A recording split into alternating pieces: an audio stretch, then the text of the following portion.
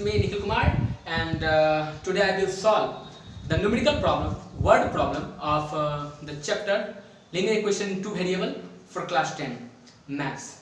So let's start. First question here is 2 years ago a man was 5 times as old as his son. तो obviously ये ऐसा बोल रहा है कि 2 साल पहले 2 year ago 2 साल पहले एक आदमी का जो एज था अपने बेटे से 5 गुना था, है ना। तो हम चलो मान लेते हैं कि 2 years back he let the age of a man 2 years ago 2 years ago ही मान लेते हैं be x year, है ना। and similarly age of his son be y year 2 years back y year, है ना, x years and y years। ठीक है, तो क्वेश्चन क्या बोलता है? क्वेश्चन बोलता है कि मैन जो था वो 5 टाइम्स था अपने बेटे का। इसका मतलब अकॉर्डिंग टू क्वेश्चन अगर यहां पे चले तो x is equal to 5 times of y, equation first, है ना।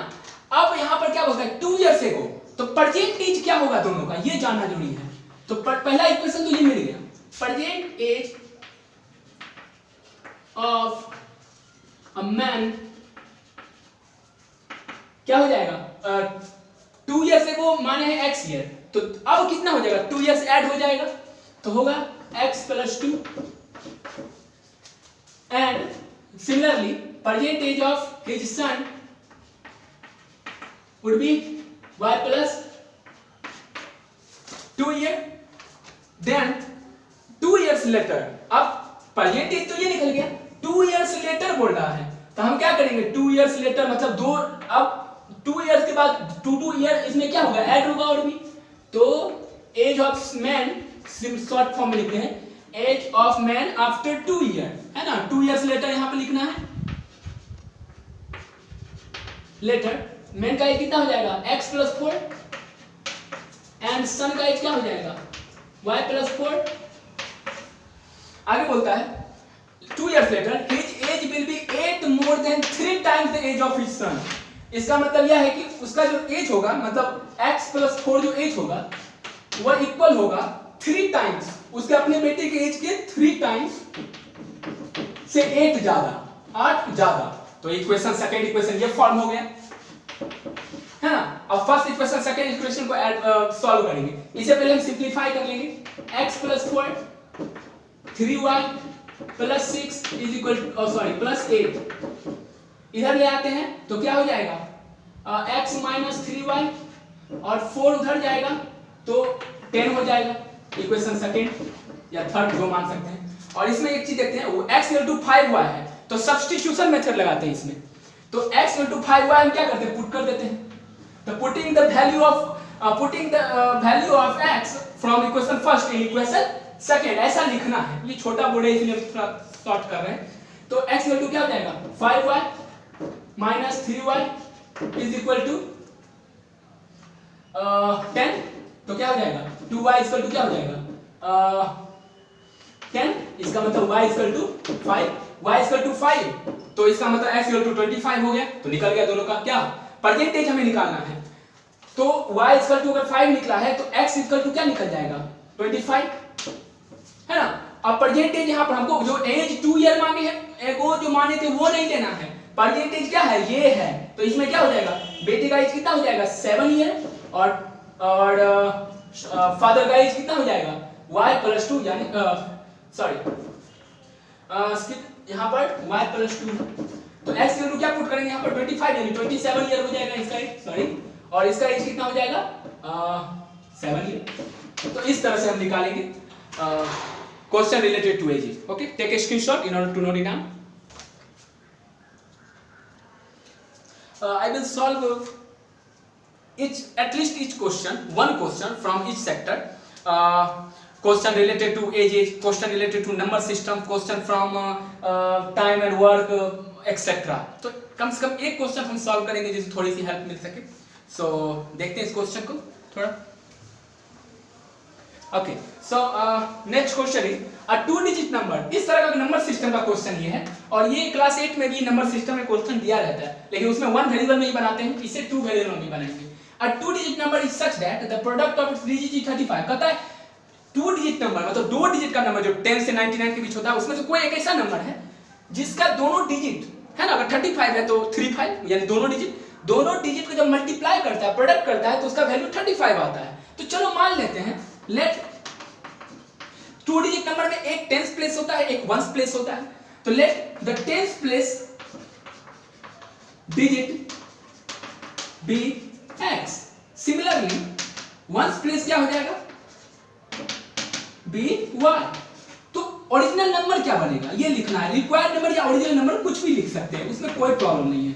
ओरिजिनल नंबर क्या हो जाएगा, तो हम प्लेस वैल्यू जानते हैं, तो x पे हम टेंस प्लेस पे x रखे हैं तो ऑब्वियसली क्या हो जाएगा 10x हो जाएगा, और ऑब्वियसली यूनिट प्लेस को हम ऐड कर देते हैं तो वो नंबर फॉर्म हो जाता है। तो 10x + y रिक्वायर्ड नंबर है।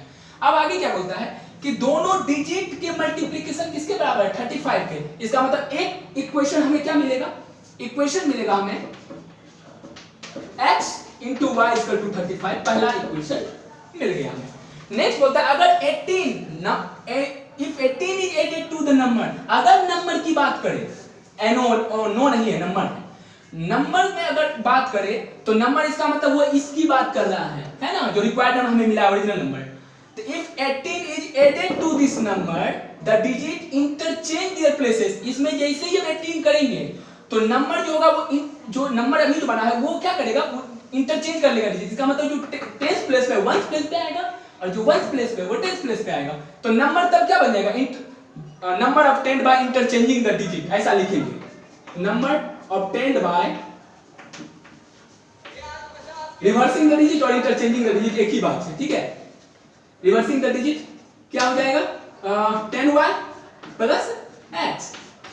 इसमें कितना ऐड करता है, तो 18 ऐड करता है तब, इसका मतलब इक्वेशन इसके बराबर हो जाएगा। तो हम अकॉर्डिंग टू क्वेश्चन लेंगे, क्या बन जाएगा 10x + y + 18 = 10y + x।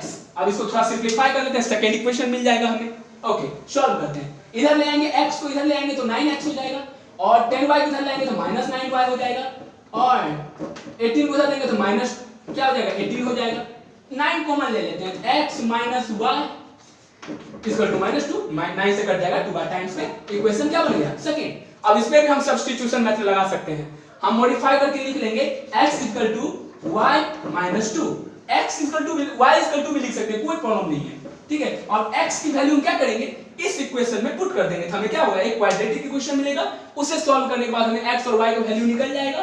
तो हम क्या करेंगे, रिक्वायर्ड नंबर पुट कर लेंगे, हमें क्या होगा नंबर ओरिजिनल नंबर मिल जाएगा। तो ऐसा करना है। आई थिंक तो वर्ड प्रॉब्लम सॉल्व करने से पहले लिनियर इक्वेशन 2 है वो सॉल्व करना तो आ ही गया होगा। So take a screenshot in order to note it down.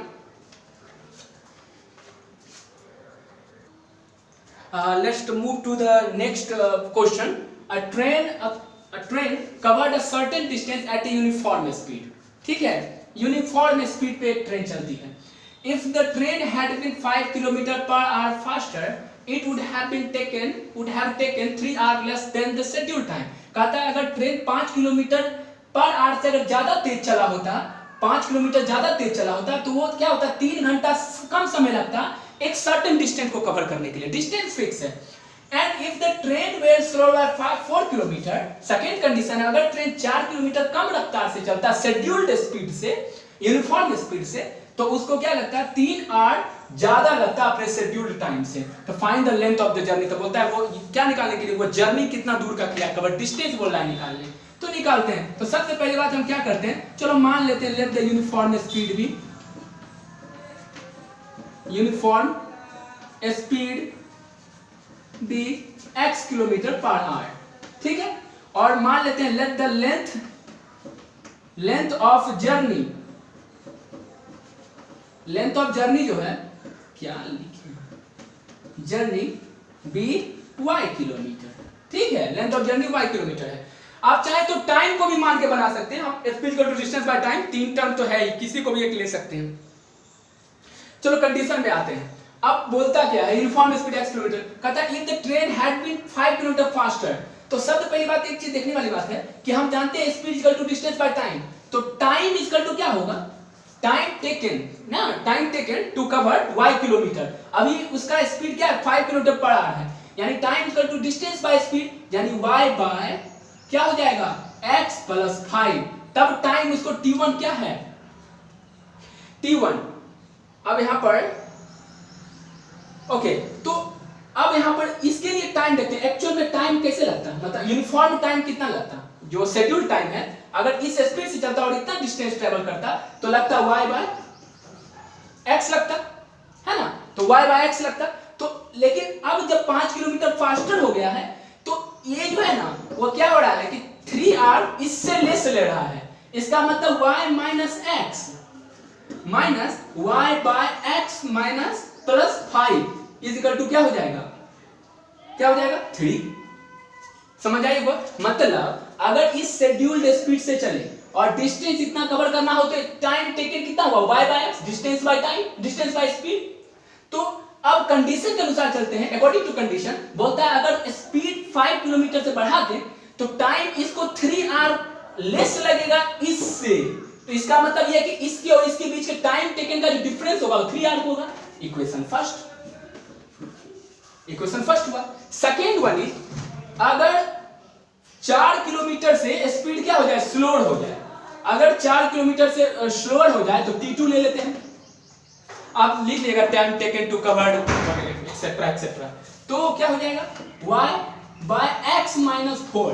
तो अब स्पीड क्या हुआ है घट गया है, तो इसको क्या होगा 3r क्या लगेगा ज्यादा लगेगा, किससे इससे ज्यादा लगेगा। इसका मतलब यह है कि अब नया जो इक्वेशन बनेगा वो क्या हो जाएगा y by x minus 4। Wait a minute, okay हाँ ओके, इसमें टाइम कितना 3r क्या होगा 3r ज्यादा लगेगा इसको, है ना, इस कंडीशन में 3r ज्यादा लगेगा इसको। तो क्या हो जाएगा तो y minus 4 by x sorry y by x is equal to कितना 3r, इक्वेशन सेकंड, है ना। तो इस तरह से ये दो इक्वेशन हमें फॉर्म होगा। तो हम इसे इक्वेशन आसानी से बना सकते हैं, y इसमें कॉमन ले लेंगे, नीचे एलसीएम लेंगे और उधर भेज देंगे। तो ये थोड़ा सा कॉम्प्लेक्स होगा थोड़ा सॉल्व करना। I hope you can solve it. Okay so take a screenshot.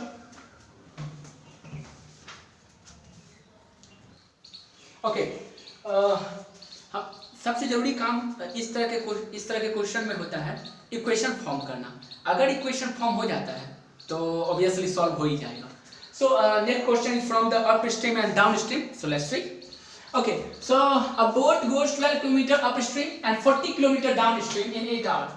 ठीक है, कहने का मतलब धारा के विपरीत अपस्ट्रीम, धारा उधर से आ रहा है, तैरने में ज्यादा मेहनत लगेगा, सही बात। और डाउनस्ट्रीम मतलब along the धारा, along the stream. Okay, so ये डाउनस्ट्रीम होता है। तो इतना किलोमीटर अपस्ट्रीम 12 किलोमीटर और 40 किलोमीटर डाउनस्ट्रीम जाने में टोटल जो डिस्टेंस टाइम है वो 8 आवर लगता है। कहता है फिर ये 60 किलोमीटर अपस्ट्रीम और 30 किलोमीटर डाउनस्ट्रीम भी सेम टाइम में जा सकता है, मतलब 8 आवर में ही जा सकता है। कहता है स्पीड ऑफ द स्ट्रीम निकालने मतलब धारा का स्पीड कितना है, और बोट अगर धारा नहीं होता शांत पानी होता स्टिल वाटर होता तब उसका स्पीड क्या होता, तो ये जानना है। तो चलो मान लेते हैं, let consider speed of stream be x kilometre per hour and speed of boat in still water,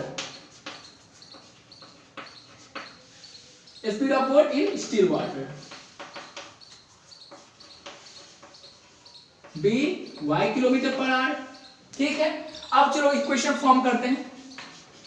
ये क्या बोलता है कि अब 12 किलोमीटर अप स्ट्रीम जाता है, इसका मतलब यह है कि अगर स्ट्रीम का x किलोमीटर अगर स्पीड है और बोट का पानी में y किलोमीटर था, इसका मतलब अप स्ट्रीम जाने में x किलोमीटर उसका स्पीड घटा देना। अगर हम 20 किलोमीटर पर आवर स्पीड से जा सकते हैं शांत पानी में स्टिल वाटर में, तो उधर से अगर 1 किलोमीटर पर आवर से अगर स्ट्रीम विपरीत चलेगा तो 19 किलोमीटर पर आवर से हम ट्रेवल करेंगे। एग्जैक्टली तो वही होगा। इसका मतलब यह हो जाएगा कि डिस्टेंस कितना ट्रेवल, हम जानते हैं time equal to distance by speed. तो क्या हो जाएगा 12 kilometre by speed upstream है, यहां पर लिखेंगे हम शॉर्ट में कर रहे हैं, time taken to cover 12 kilometre upstream. तो क्या लिखेंगे y माइनस एक्स, है ना, क्यों, क्योंकि डिस्टेंस बाय स्पीड प्लस, क्योंकि अप स्ट्रीम और डाउन स्ट्रीम दोनों जाने में ई टार लगा है, तो हम टाइम दोनों को ऐड करेंगे, दोनों कंडीशन में जब टाइम ऐड करेंगे तब ना लिखेंगे ई टार, तब क्या हो जाएगा। फिर नेक्स्ट है 40 किलोमीटर, वो डाउन स्ट्रीम किया है, इसका मतलब यह है कि y प्लस एक्स हो गया, स्पीड बढ़ जाएगा, है ना। वो अगर धारा के साथ चलेंगे तो अगर हमको धारा और बढ़ा के ले जाएगा तो ज्यादा स्पीड होगा, तो एग्जैक्टली तो यही चीज करना है। तो क्या हो जाएगा ई टार, इक्वेशन फर्स्ट, है ना, इक्वेशन फर्स्ट। अब नेक्स्ट उसी तरह है, फाइंड दिस ओके, और फिर क्या बोलता है कि 16 किलोमीटर अप स्ट्रीम जा सकता है, यानी y माइनस एक्स प्लस फिर कितना एंड 32 किलोमीटर डाउन स्ट्रीम, यानी y प्लस एक्स। फिर सेम टाइम दोनों को सॉल्व कर लेना, बहुत आसान था, है ना, कितना जल्दी बन गया। So take a screenshot in order to note it down. Now next question is from the area of the room. Okay, देखते हैं, यहाँ बोलता है the length of the room exceeds its breadth by 3 meter, है ना। चलो मान लेते हैं let the length of room be x, और उसी तरह हम ब्रीथ मान लेंगे b y। तो बोलता है क्या, लेंथ जो है वो 3 मीटर ज्यादा है किससे, ब्रिज से, इसका मतलब x माइनस वाई बराबर कितना 3, इक्वेशन फर्स्ट, है ना। और अगर x y ही रहता तब एक्चुअल एरिया क्या होता, एक्चुअल एरिया हो जाता है एक्स वाई, है ना, एक्चुअल एरिया क्या है एक्स वाई। अब आगे नेक्स्ट कंडीशन होता है, अगर लेंथ को इंक्रीज कर दिया जाए 3 मीटर से, तो न्यू लेंथ निकालेंगे, उसके बाद न्यू लेंथ क्या हो जाएगा x प्लस 3, क्योंकि 3 मीटर से इंक्रीज कर दिया है, और breadth is decrease by 2 metre, तो न्यू ब्रेथ क्या हो जाएगा फिर y माइनस 2, ठीक है। तब बोलता है इसका तब भी अगर हम एरिया निकालेंगे ना तो सेम ही रहेगा, इसका मतलब जो निकला है ना x y उससे के सेम रहेगा। तो सीधी बात है, अकॉर्डिंग टू क्वेश्चन करेंगे, लिख सकते हैं x plus 3 into y minus 2 is equal to x y. अब इसे थोड़ा सॉल्व कर लेते हैं, तो एक्स वाई क्या हो जाएगा माइनस 2x प्लस 3y और minus 6 is equal to x y. अब यहाँ पर देखो एक्स वाई लाने का फायदा क्या होगा, एक्स वाई खत्म, कैंसिल आउट, तो इसको थोड़ा सा लिखेंगे क्या करके मॉडिफाई करके, तो 2x इसको इधर ले आए ताकि थोड़ा सिंपल फॉर्म में स्टैंडर्ड फॉर्म में आ जाए, और माइनस 3y और इक्वल टू क्या देगा minus 6, equation second. I hope you can easily solve it, so take a screenshot in order to note it down। और हम skip करते हैं, यहाँ पर थोड़ा अच्छा से लिखना है, new length then new breadth, है ना, देन एरिया, ओके ठीक है। उसके बाद न्यू एरिया लिखकर उसके बाद बोलता है अकॉर्डिंग क्वेश्चन करके इस एरिया और इसका एरिया सेम रहेगा, उसके बाद नया इक्वेशन फॉर्म करेंगे, फिर इक्वेशन फर्स्ट और सेकंड को सॉल्व करेंगे in order to get the length and breadth of the given room। okay, so take a screenshot in order to note it down। okay, next question is from the work and time। 2 men and 5 boys can finish a piece of work in 4 days। And कहता है दो आदमी और 5 बच्चे लड़के मिलकर एक काम को 4 दिन में कर सकते हैं, जबकि 3 आदमी और 6 लड़के मिलकर 3 दिन में कर सकते हैं। तो बोलता है बताओ कि अकेला एक आदमी या अकेला एक लड़का अकेले कितना दिन में काम कर सकता है। तो चलो हम मान लेते हैं कि मैन जो है वो अकेला कर सकता है x डेज में, और बॉय जो है एक बॉय और एक मैन जो है वो कर सकता है एक पीस ऑफ वर्क को y डेज में। इसका मतलब एक मैन का 1 डे वर्क जो हो जाएगा, 1 डे वर्क जो हो जाएगा वो 1/x होगा, और एक बॉय का जो 1 डे वर्क होगा वो 1/y हो जाएगा, ठीक है। और जब दोनों को ऐड करेंगे 1 डे वर्क को, तो 4 दिन में वो एक 1 यूनिट वर्क को कितना दिन में करेगा, तो 1/4 में करेगा, यही ना। इसका मतलब यह कि 4 दिन में वो 1/4 ही काम कर पाएगा दोनों मिलके। इसका मतलब एक इक्वेशन बना 1/x plus 1/y is equal to 1/4। Is that simple, बहुत आसान है, समझ तो नहीं आया होगा आई होप। ओके, बहुत आसान है। अगर एक आदमी x डेज में किसी काम को किया है तो सीधी बात है यूनिटी मेथड से देखते हैं एक दिन में कितना काम करेगा, तो the strength of day by number of days कर दिए 1/x, फिर उसी तरह 1/y। अब बोलता है कि 4 दिन में पीस ऑफ वर्क कितना होगा, तो 1/4 करेंगे उतना ही तो होगा, और दोनों मिलके क्रिया भी तो 4 दिन में है, तो वो भी सही 1/x प्लस 1/y प्लस इसका रूट क्या आ जाएगा 1 डे वर्क कितना ही है, दोनों का 1 डे वर्क ऐड कर देंगे तो 1 डे वर्क के बराबर होगा, तो इसलिए equation first. Second one similarly क्या हो जाएगा 1 अब यहां पर देखो बोलता है 2 मैन और 5 लड़का मिलकर, इसका मतलब ये तो एक ही का हो गया ना, तो हम क्या करेंगे, ऑब्वियसली 2 मैन बोला है तो 2 मैन और 3 5 बॉय, ऐसा एक आदमी का 1/x है ना, तो यहाँ पर कितना है 2 मैन है तो 2 और 5 बॉय है तो 5 मल्टीप्लाई हो जाएगा, तो ये हो जाएगा टोटल। ओके, अब यहाँ पर बोलता है नेक्स्ट उसी तरह हो जाएगा कितना 3/x similarly plus 6y is equal to कितना में किया है 1/3, इक्वेशन सेकेंड। अब इसको सॉल्व करना बहुत आसान है, 1/x को u मान लेंगे, 1/y को v मान लेंगे, आराम से सॉल्व कर लेंगे। आई थिंक सॉल्व करना तो आ ही रहा होगा। So that's it from the word problem. I hope you may not like the video, okay, just like the concept and next time I will solve the quadratic question from quadratic question। बहुत अच्छा chapter है सही में। तो that's it from this side, so keep learning and see you।